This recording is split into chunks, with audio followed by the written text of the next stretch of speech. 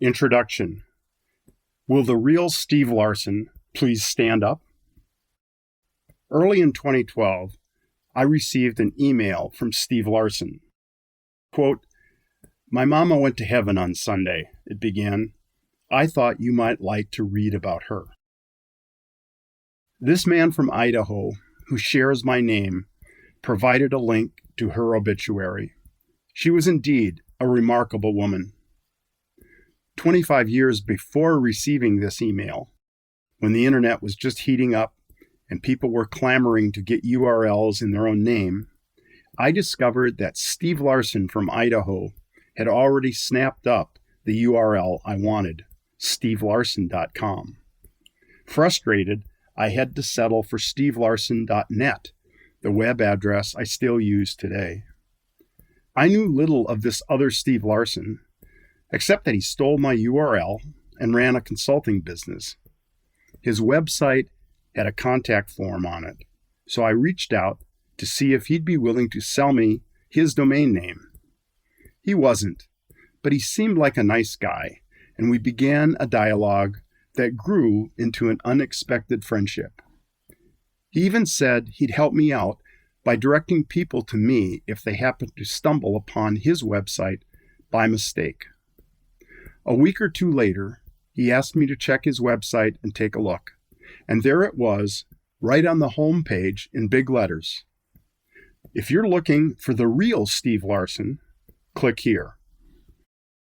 True to his word, the link went to my website.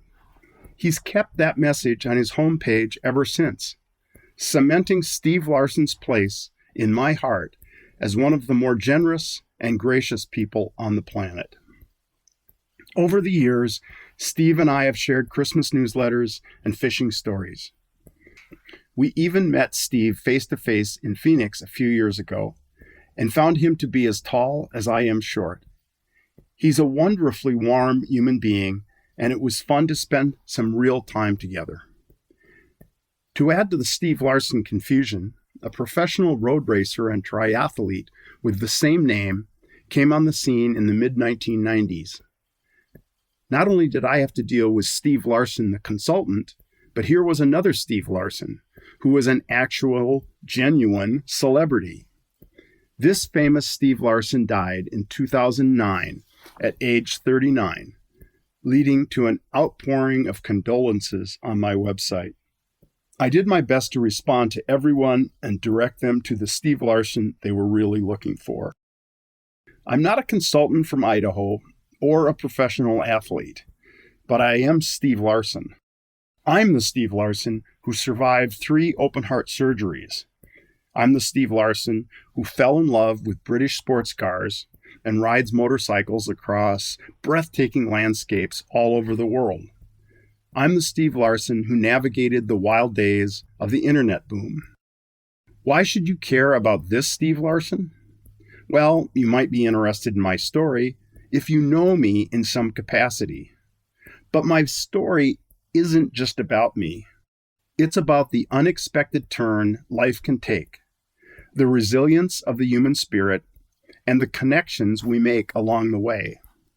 I find connecting with other humans one of the most meaningful parts of my life, and some of the most random meetings, like the one between me and Idaho Steve Larsen, have been among the most rewarding. In January of 2019, when I was 68, I found out that I had a 39-year-old daughter from a previous relationship.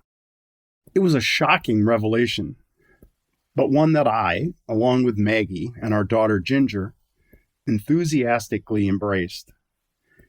As I got to know Christy Will and her family, including my 2 amazing granddaughters, I realized there was a lot they didn't know about me. With the sands of time slipping through the hourglass, I felt an urgency to share stories with Christy of the father she never knew.